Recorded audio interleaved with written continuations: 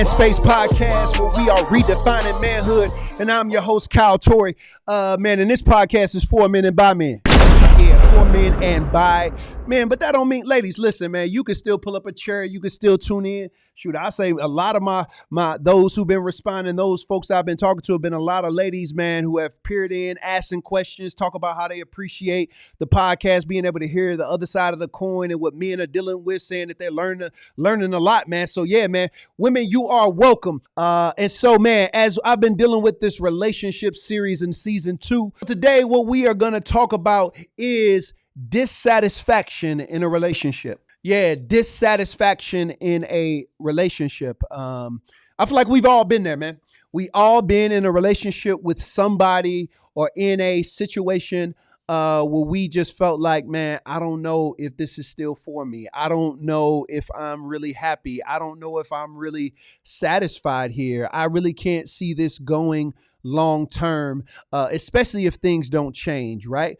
What seemed to be so great, what seemed to be so awesome, what seemed to have such a spark, I just feel like it is now dead. This person is taking me for granted. This person doesn't appreciate me anymore. Like I hear it at all levels, whether it's just in a regular boyfriend, girlfriend type situation, or even if it is marriage. There's just a reality that all of us at some point, man, probably have been in a relationship where we were dissatisfied with the relationship.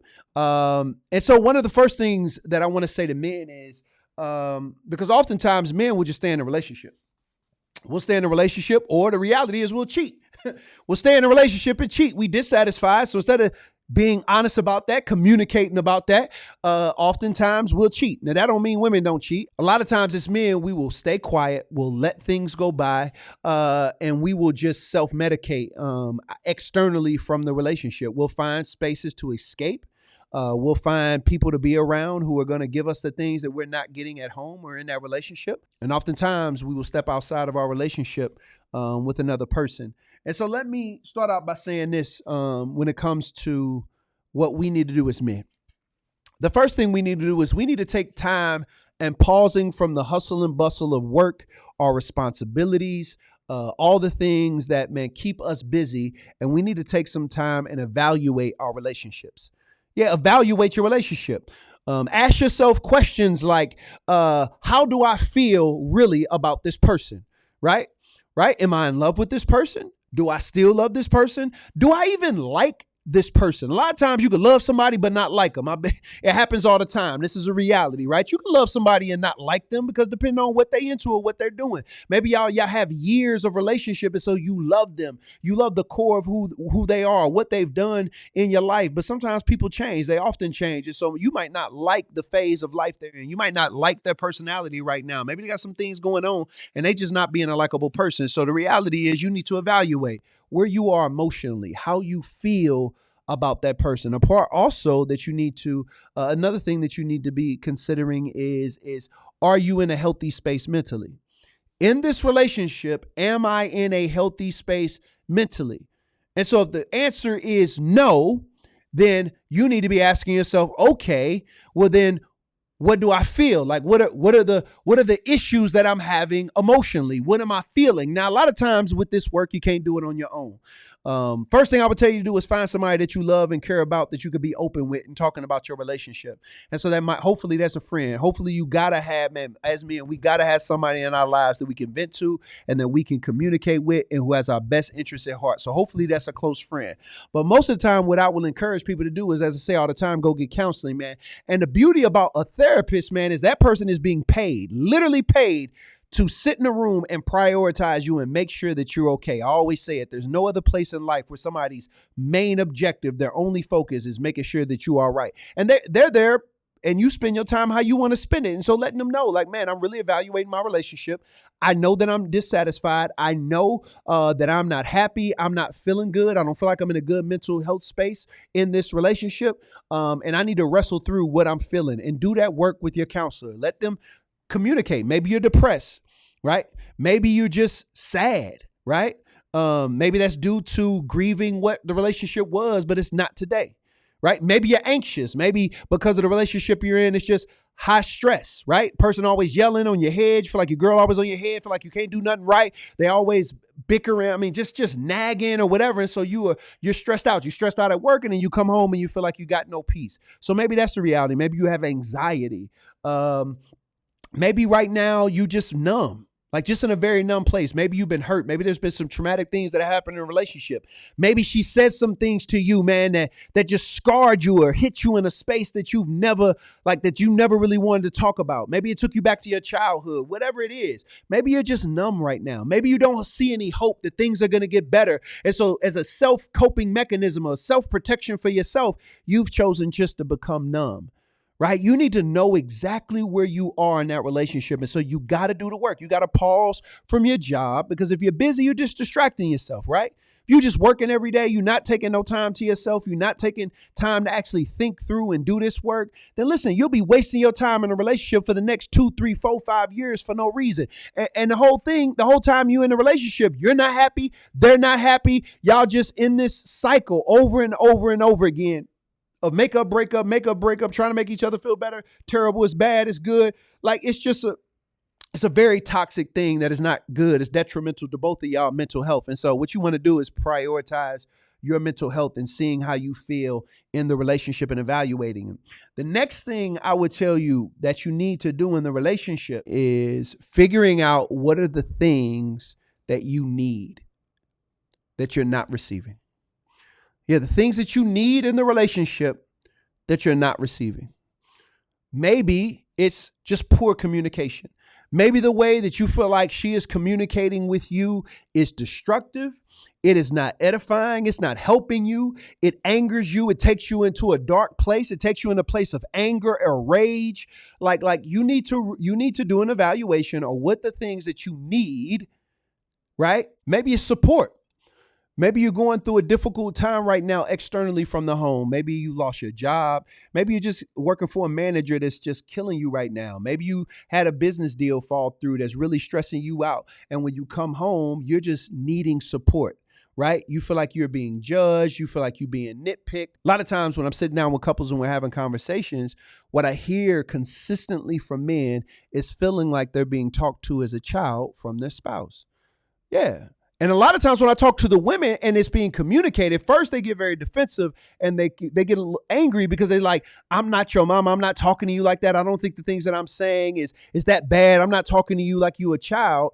And then what I often take them back to is this deal about love and respect. Like if you ever read the scriptures, God always talks about how females typically prioritize wanting to be loved. Not saying that they don't want to be respected, but they want to be loved, and how men have a non-negotiable when it comes to respect. And I always ask females, what does it look like to disrespect your husband?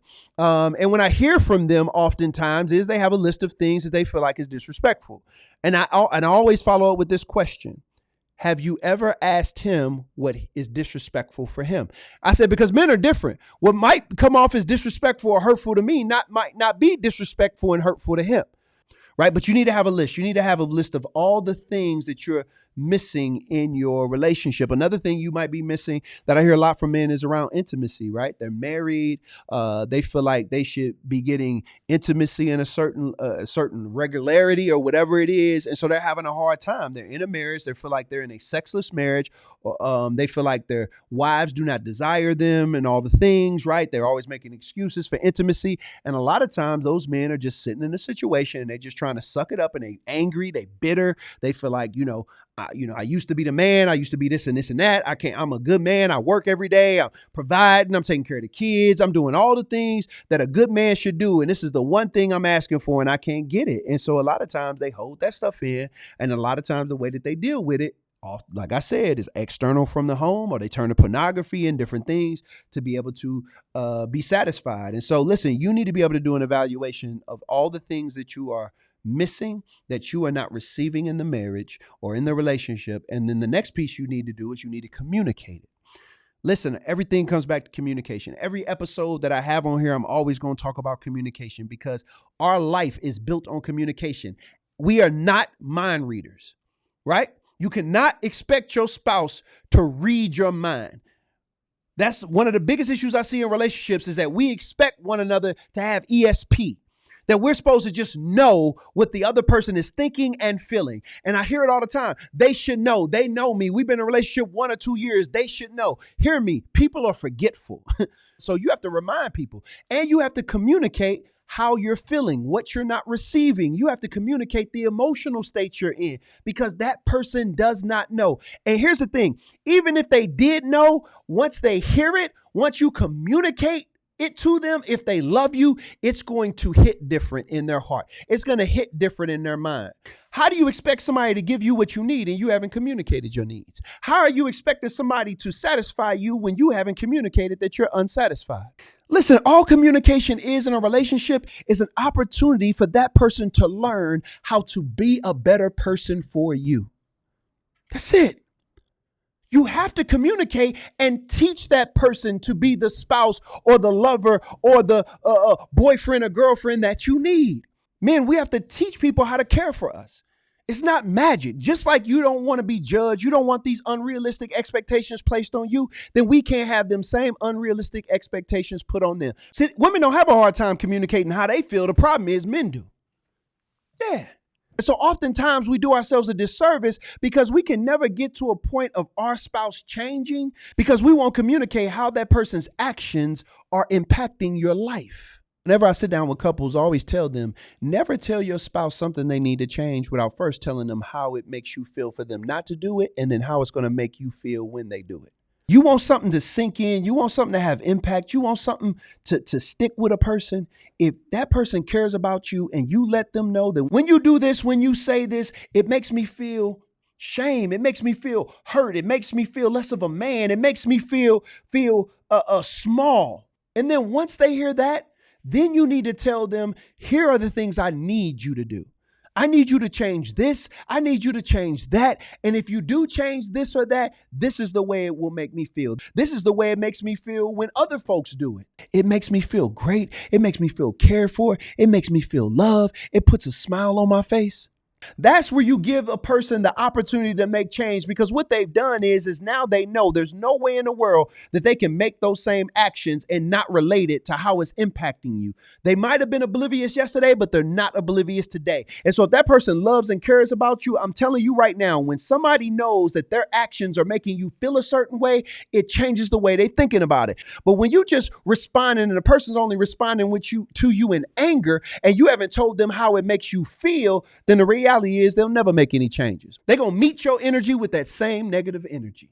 Yeah, the next part of the dissatisfaction is also looking at the relationship and saying as a man, and I know we don't like to put ourselves in this situation where people may be telling us something that we need to change or fix about ourselves. But if we asking somebody else to do something and make changes and fix things, that we need to be humble enough to say, you know what, I'm not perfect. And what are the things that I need to change? What are the things that's going to help me get the best you? Right?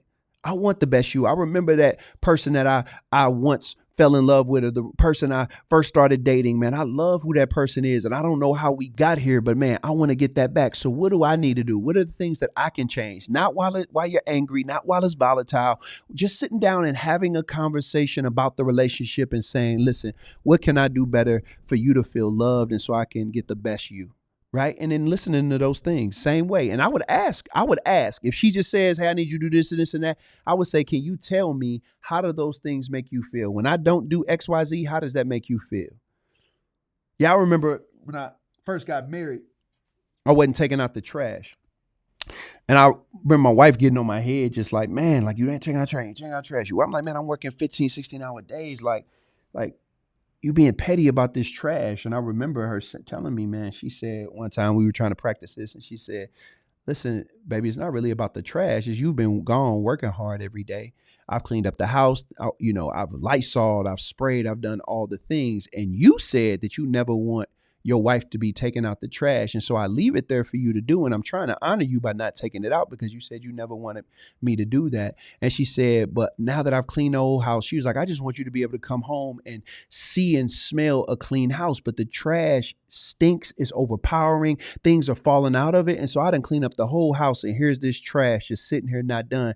And it makes it feel like all the things that I've tried to do to serve you was for nothing. It makes me feel, it just makes me not feel like love well. And I'm like, dag. I'm like, I wasn't even thinking about the trash was that deep. I just thought she was being petty. And when she did that, it changed my whole view of it. You better believe I started making sure that trash was taken out every day. And I'm smelling the pine saw and loving what she had done in the house, right? But because she attached it to the feelings, it changed the way I was acting. The next thing I want to say about dissatisfaction in a relationship is I've had people tell me, well, I've already communicated, but the person is still doing X, Y, Z. I've already communicated and it's not doing any good. The next piece I would say is that you need to have a serious conversation with the person and saying, hey, if we're going to continue moving forward in this relationship, marriage or otherwise, then we need to get counseling. Yeah. And not too often do I say that there should be where somebody needs to put their foot down and saying like, this is a must. But this is one of those things that I feel like for the sake of the relationship, for the sake of the marriage, both people have to make a decision, yay or nay, if they're willing to put in the work. And one of the pieces of putting in that work is if the marriage is sick, if the relationship is sick, then you need to go to the doctor, right? If the car is broken down, you need to take it to a mechanic. And so if the relationship is in a bad space, we need those who their profession is about building back and helping and healing marriages and relationships. And so my challenge to you would be is that you need to sit down with that young lady and tell her that you need to go to counseling. The funny thing is that if you as a man bring up counseling, most women gonna go, because the reality is most women think men not gonna go to counseling. They might be already wanting to go to counseling, but too scared to bring it up to you, thinking that you won't go. But man, I love that the stigma around counseling and all the things with this podcast, the people I've had on here, like I said, the people out in the community and hip hop and in pop culture, how the stigma around men going to counseling has been removed. And so, man, I want to go to counseling. I want to sit down with somebody and help us figure out some tools that we need in order to fix our relationship. And then when you get to counseling, you got to be able to be vulnerable. You got to be able to be honest. What I see oftentimes is counseling, man, is people trying to protect one another. It is the most silliest thing. I will have people come into a counseling session and they will literally be ready for divorce and be ready to walk out the door, but still protecting one another, trying not to make each other look bad in counseling. Listen, you will not make nobody look bad in counseling. The whole point is for them to truly see the wound. It would make no sense to go to the ER. You got a cut that's go all the way down to a major artery and you trying to cover it up with your hand so that they can't see and that they can't fix it. Like that would just be crazy. But that's oftentimes what we're doing. You have a major artery in your relationship that's cut, that's bleeding out, and you trying to cover it with your hand because you're trying to protect the person from looking bad. That's crazy. No, if you in counseling, you need to be honest. You need to be vulnerable about what the person is doing, what you need, and you can preface it. You can say, hey, I don't believe that this is who this person is. I love this person. I care for them. I just think this is an area that they need to work on. But you still need to communicate the reality of what that person is doing and how it's being destructive to you, to your emotional state, and to the relationship. And so going to counseling is something else that I'm going to champion. I'm going to leave it there because I've talked about it so much in the other podcasts. But listen, if you're in a relationship, you need to get counseling. I would say get it at least once a quarter. Get it when there's not even a problem going on. And even after counseling, oftentimes I hear that I'm still, the person still haven't made any changes and people are just not satisfied in the relationship. Well, the first thing you need to do as a man is communicate. Listen, we've tried this. I've told you my needs. We've done the counseling. I've put in the work. I've done all the things. If you're not married, it's a lot easier. You can then have a honest dialogue with somebody and say, hey, we need to talk about ending this relationship because it's not fruitful for you and it's not fruitful for me. Listen, man, it is not fair to you and it's not fair to her to stay in a relationship for the next 15, 20 years because it's comfortable. Sometimes moving on and changing our proximity and changing the relationship oftentimes could be the wake-up call to somebody to go back and make the changes that they need to make in order to possibly come back in the future to get back together. I tell people all the time, just because y'all stop y'all boyfriend and girlfriend and y'all break up in a relationship doesn't mean that y'all never be together again. It doesn't mean that. But because people have felt like I've invested so much in a relationship and I don't want to lose this person. And the reality is, listen, before the person go out and cheat, if they're not already cheating, before y'all do something or say something to one another that y'all can never come back from, then it's better to change the proximity and the structure of the relationship and the responsibility of the relationship so that the person can be free enough to go make the changes that they need to make. Sometimes people are just too immature to be in a relationship. Sometimes people are just too selfish. And life got a way of teaching people things you can never teach them. And so my encouragement to you is change the nature of the relationship. Sit down, have the conversation and say, listen, man, we might need a break. Now, if you're married, that's a whole nother can of worms, right? Because you have committed to one another. There is oftentimes children involved. There's oftentimes money, property, all types of things. And so you don't have the luxury of just saying, hey, let's take a break. But you do have options on communicating the nature of what proximity might look like. Yeah, sometimes proximity just has to change. That doesn't mean you get a divorce. I'm not an advocate for divorce. I believe any two people who are willing to work can work. I believe God can help anybody make the changes that they need in their lives and in their relationship in order for it to work. But I do often think that sometimes proximity just has to change for the sake of the kids, for the sake of the relationship. So that both folks, and there needs to be a plan. There needs to be a strategy. There needs to be community. There shouldn't be just two people isolated on their own making this decision. I think you should involve those whom you love, your friends, sometimes even family. You have to be careful with family because family don't forgive how friends might, right? Right. Those involved whom you trust that are pro both of you and your health and the marriage and the children and all the things so that you all can come out on the other side, hopefully back together again, both learning how you all need to show up well for one another and to make sure that the dissatisfaction turns to satisfaction. So hear me, man, all in all, right? If you want to move from being dissatisfied, then you have to do an evaluation of where you are. You need to do an evaluation of how you feel. You need to do an evaluation of the things that you need and that you're not receiving. You need to prioritize, even individually, going to a counselor to work through those things and showing up and asking the questions on what you need to change as well. Because hear me, being numb doesn't work. Going out here cheating, thinking that the grass is greener is never greener. I'm going to tell you right now. That 80-20 thing is a real thing. You will go out here and you will find somebody that will give you the very thing that your spouse is not doing, but then you'll lose everything that your spouse is, that you love, that you took for granted, that you thought was great, just because the one piece you weren't getting. If you spent half the time you went out here trying to search and find the thing that you're missing in your marriage or in your relationship, if you would have spent that time in communicating to that person and doing the work that needs to be done in order to receive that thing from that spouse or that from that relationship, I'm telling you, you can move from being dissatisfied to satisfied. Most folks will make changes. They just don't know how you feel. They don't know exactly what to do. And people need bullseyes. People need instruction manuals and how to love you well. And so it's your responsibility to move from dissatisfied to satisfied. It's not their responsibility, fellas. It's yours. Listen, I know this ain't easy. I know it's hard. Everything that has to do with relationships is difficult. But man, we got to step up and do it. Season 2, episode 3. Holla at your boy.